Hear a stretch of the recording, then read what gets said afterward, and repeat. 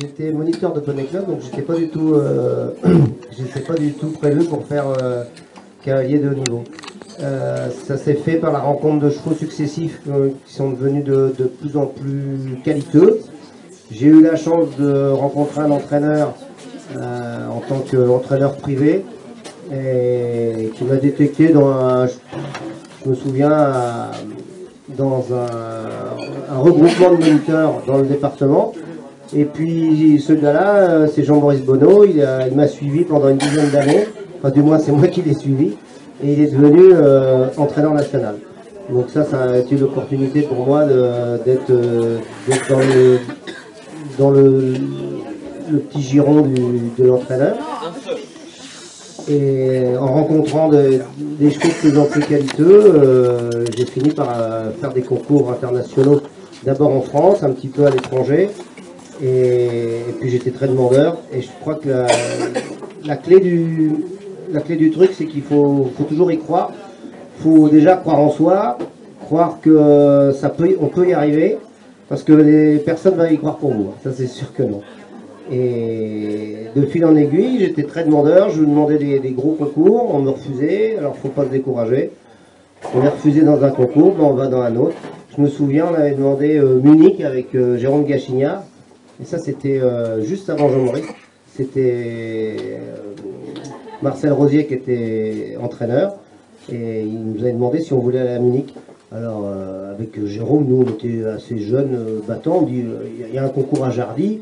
Tout le monde demande Jardy. C'est à Paris, quoi. C'était chez nous. Et il faut aller à Munich. Moi, je suis partant, on va à Munich. Hein. Et en fait, c'est les Allemands qui n'ont pas voulu de nous. Ils ont dit, nous, on veut Alexandra Lederman ou Eric Navet, mais les autres, on ne les connaît pas. Donc, comme ils n'ont pas voulu de Jérôme Gachignat et de Ludovic Legge, on a été rattrapés à Jardy, au détriment de certains cavaliers qui n'avaient pas voulu faire le déplacement. Et puis là, j'ai eu la chance, j'étais second du Grand Prix. Donc, tout de suite, ça aide. Et puis, de fil en aiguille, on demande des concours, on s'est refusé, on en redemande d'autres. Et puis, il ne faut pas avoir peur d'avoir de l'ambition quand on a un bon cheval. Quand on a un cheval en qui on croit, tout peut arriver. Et en l'occurrence, moi, on m'avait demandé ce que je voulais faire. Alors, j'avais déjà fait quelques bons résultats en concours, on va dire, 3 étoiles.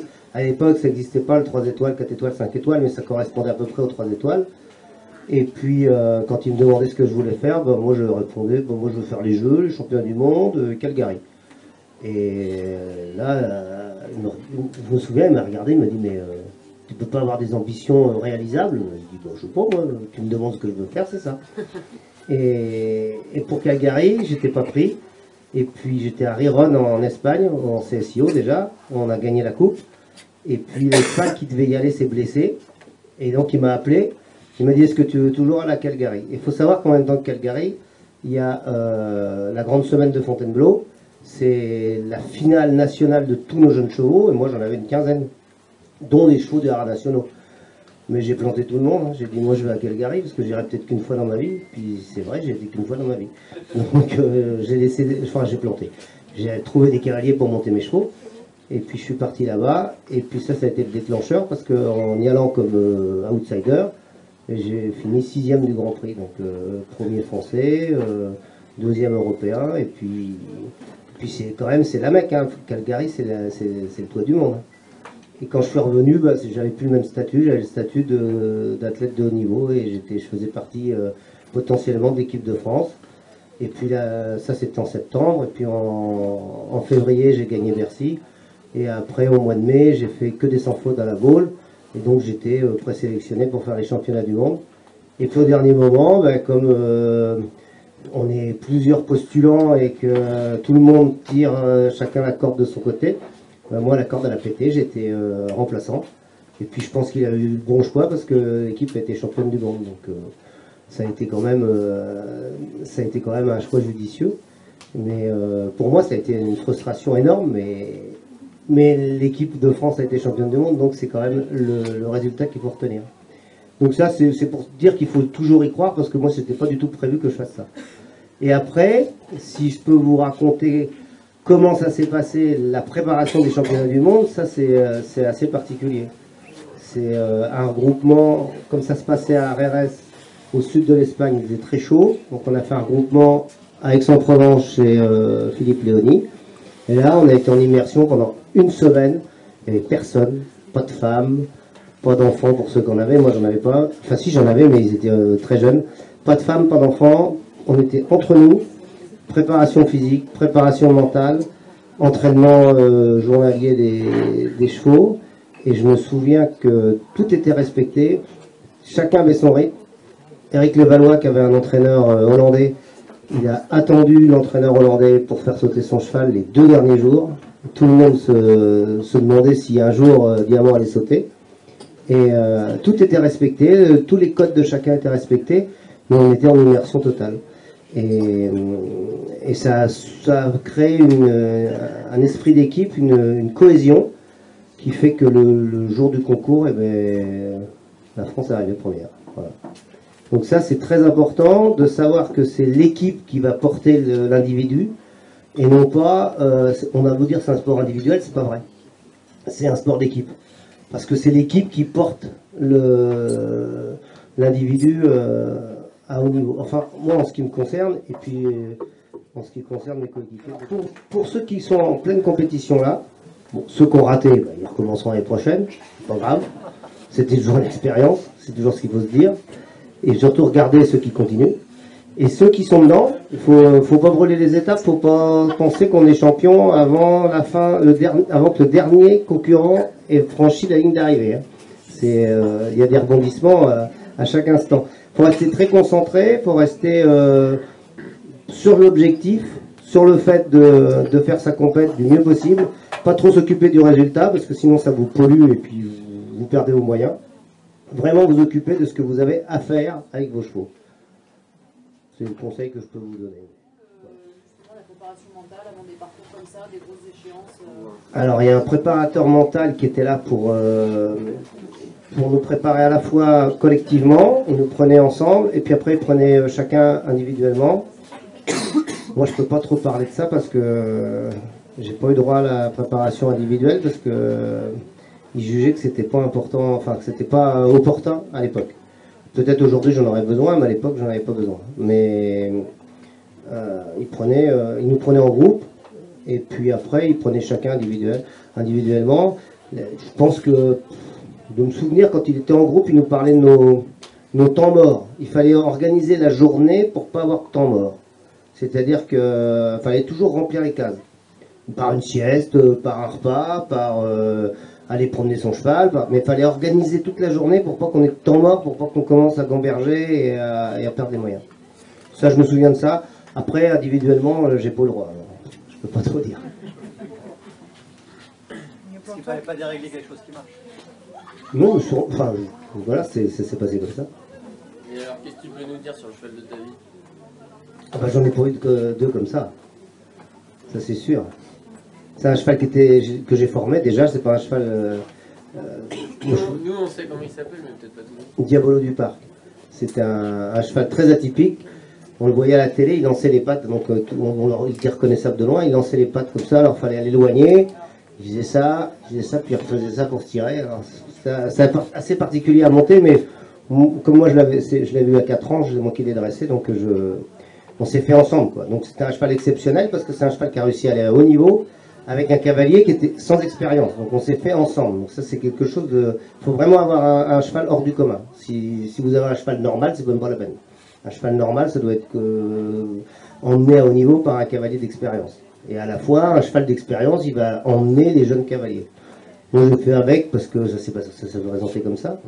Et depuis que j'ai monté ce cheval-là, je n'ai jamais monté un cheval qui avait autant de puissance. Jamais. Même les bons chevaux, j'ai un cheval qui a été champion des 6 ans chez Levallois à Rock'n'Roll. J'avais eu Quebracho, j'ai eu d'autres chevaux qui ont fait des CSIO depuis. Jamais j'ai eu cette puissance-là. C'était pas un V12, c'était un dragster, quoi. Il avait toute la force, toute la puissance. Et le seul problème que j'avais, c'était de le contrôler. Il avait force et puissance. Il avait tout, le sang, la puissance, tout, mais il fallait le contrôle parce qu'il allait trop loin. Voilà. Donc, il était à toi ou un propriétaire? Pourquoi il n'a jamais été aujourd'hui si ça devait Et à il nouveau? était un propriétaire qui était ma femme, alors c'était un peu spécial. Non mais un cavalier, comme tu dis, normal, qui a un cheval comme ça aujourd'hui, il est rapidement vendu, malheureusement. Pour le... Bah celui-là non, parce que même le numéro 1 mondial, parce qu'on a eu un peu des histoires personnelles, à un moment c'est le numéro 1 mondial qui l'a monté, mais ça a duré 3 mois, puis ça a été terminé. C'était qui à l'époque? Ludger Berbaum, qui a été numéro 1 mondial pendant 58, donc c'était pas un peintre. Et 3 mois, et puis il trouvait pas ses marques avec ce cheval-là, parce qu'il était vraiment spécial, quoi. Comme moi j'en ai pas connu d'autres, bah, je me suis fait à sa spécificité, et puis c'est tout. Mais du coup, ça vous a, enfin, tous ces classements, tout ça, ça vous a pas apporté d'autres chevaux de très bon niveau, quoi? Ça aurait pu, mais j'ai pas su gérer la carrière comme j'aurais dû savoir le faire. J'aurais dû m'entourer d'un manager, moi j'étais tout seul dans ma cambrousse, voilà quoi.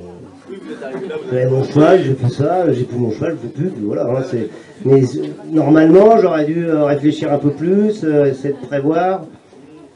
Parce que vous l'avez vu, par exemple, Alexandra Berman, qui avait expliqué, enfin, même sa place au JO lui avait pas apporté...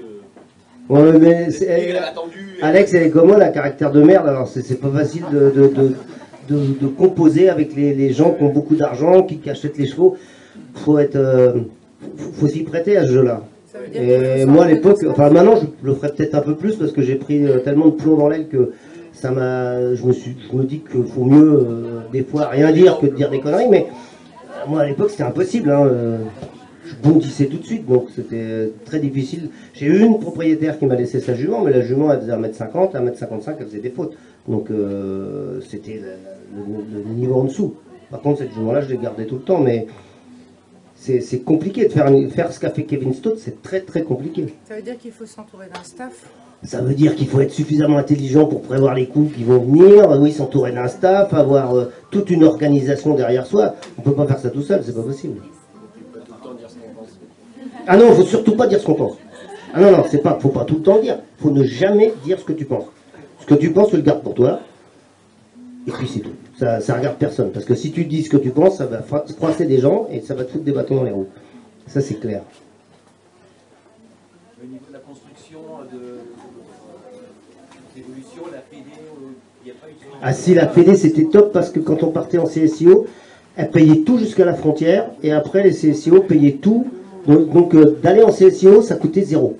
Et si tu avais la chance de faire des perfs, tu ramenais du pognon. Donc ça c'était vraiment bien. Ça il n'y avait rien à dire. Côté financier, il y avait aussi la partie modèle physique, la partie... Bah, tout le staff de l'équipe de France, le fait de faire partie de l'équipe, le fait de faire partie de l'équipe, enfin moi je me sentais porté par les autres. J'ai trouvé d'autres chevaux, comme on avait dit à un moment, j'ai plus de cheval. Non. Trouver d'autres chevaux, ça, la Fédé s'en occupe pas, c'est pas possible. Ça coûte trop cher, c'est pas possible. Les chevaux, c'est des propriétaires qui ont envie de se faire plaisir, des mécènes qui vont dépenser de l'argent pour acheter un cheval, qui font confiance à un cavalier, et comme on le voit régulièrement, qui changent de cavalier quand ça leur plaît plus, et c'est un autre cavalier, et voilà, c'est comme ça que ça se passe. Et aujourd'hui, encore plus vrai, aujourd'hui les chevaux, le prix est multiplié par 10. Donc... C'est un peu regrettable quand même. Ça, alors là, regrettable ou pas, c'est comme ça. On peut même pas, on peut pas dire c'est regrettable, c'est un constat, c'est comme ça. Aujourd'hui, il faut beaucoup d'argent pour acheter les bons chevaux. Il y a beaucoup de gens fortunés qui recherchent ces bons chevaux-là. Bon ben voilà, hein, c'est le jeu. Ouais, mais c'est un paradoxe quand tu dis il faut y croire. Et à un moment donné, Bah oui, parce que quand tu passes à travers les mailles du filet et que tu as ton cheval et que tu n'as pas besoin justement de reposer sur un propriétaire pour pouvoir avoir ton pilier, à un moment quand tu as un cheval qui est meilleur que les autres et puis quand tu es pas maladroit, bah, tu es obligé d'être là. Hein. ouais, mais après, Bon, c'est vrai qu'à l'arrivée, ils te mettent 5e, mais bon, ça...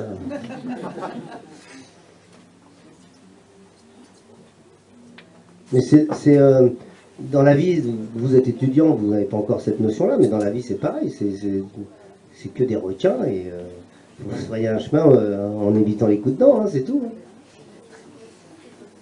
Mais c'est vrai pour tous les métiers, c'est pas spécifique aux autres. Moi, la chance que j'ai eue, c'est de rencontrer des bons chevaux au bon moment. J'ai eu un concours de circonstances qui a fait que à chaque fois que j'avais un bon cheval, ben, le celui d'après est encore meilleur. Celui d'après encore meilleur. J'en ai eu 3-4 comme ça pour arriver jusqu'à Diavolo. Mais je les ai tous formés parce que j'avais pas les moyens de les acheter. Donc je les ai formés. Le meilleur est tombé au moment où il y avait l'entraîneur. Enfin, le concours de circonstances qui arrive pratiquement jamais, mais quand il arrive, il arrive. C'est pour ça qu'il faut y croire. Non, des bons chevaux, c'est rien. C'est des chevaux exceptionnels qu'il faut. C'est un cheval, si toutes les voitures ont 5 vitesses, celui-là il a une 6e vitesse. Voilà. C'est que celui-là, je pouvais éloigner d'un auxerre d'un mètre 60, 1m80, ben, je pouvais encore éloigner. Il n'y avait pas de problème. Il a une qualité intrinsèque. Ah bah oui, c'est assez inné. Hein. Il a quoi, du sang? Bah, du sang, de la force, du respect, l'envie de faire du concours. Moi, le mien, je te dis, il tendait les pattes, il faisait ça, mais il avait envie de le faire. Un cheval qui n'a pas envie, c'est même pas la peine. On peut pas, il pèse 600 kg et nous, on fait 10% de son poids. Peut-être un peu plus pour certains, mais pas beaucoup. Alors, on ne peut pas les forcer, il faut qu'ils aient envie.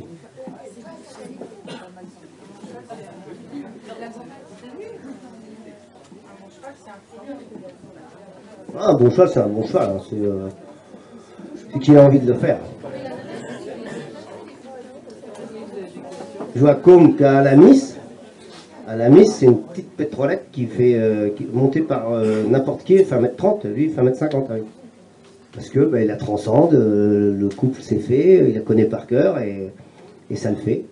Et ça le fait bien, il gagne et tout. Donc les couples comme ça, on peut pas. C'est comme dans la vie, hein. Il y en a qui font toute leur vie avec la même femme, puis d'autres pas. Bah, voilà. Les chevaux, c'est un peu pareil. Bon, ça n'empêche pas de faire des études, parce que j'ai vaguement commencé par ça aussi. Hein. Mais ça m'a rattrapé, je me suis aperçu que j'étais quand même pas très bon en études, alors j'ai arrêté. Mais j'ai quand même commencé par ça, et il ne faut pas lâcher, parce que ça apprend. Moi, j'ai fait une année de prépa, ça m'a appris à m'organiser dans mon travail. Et ça, c'est super important. Et quand on est étudiant, on apprend des méthodes de travail qui peuvent servir après. Ou pas, mais de toute façon, c'est pas perdu. Voilà le mot de la fin. Continuez de travailler.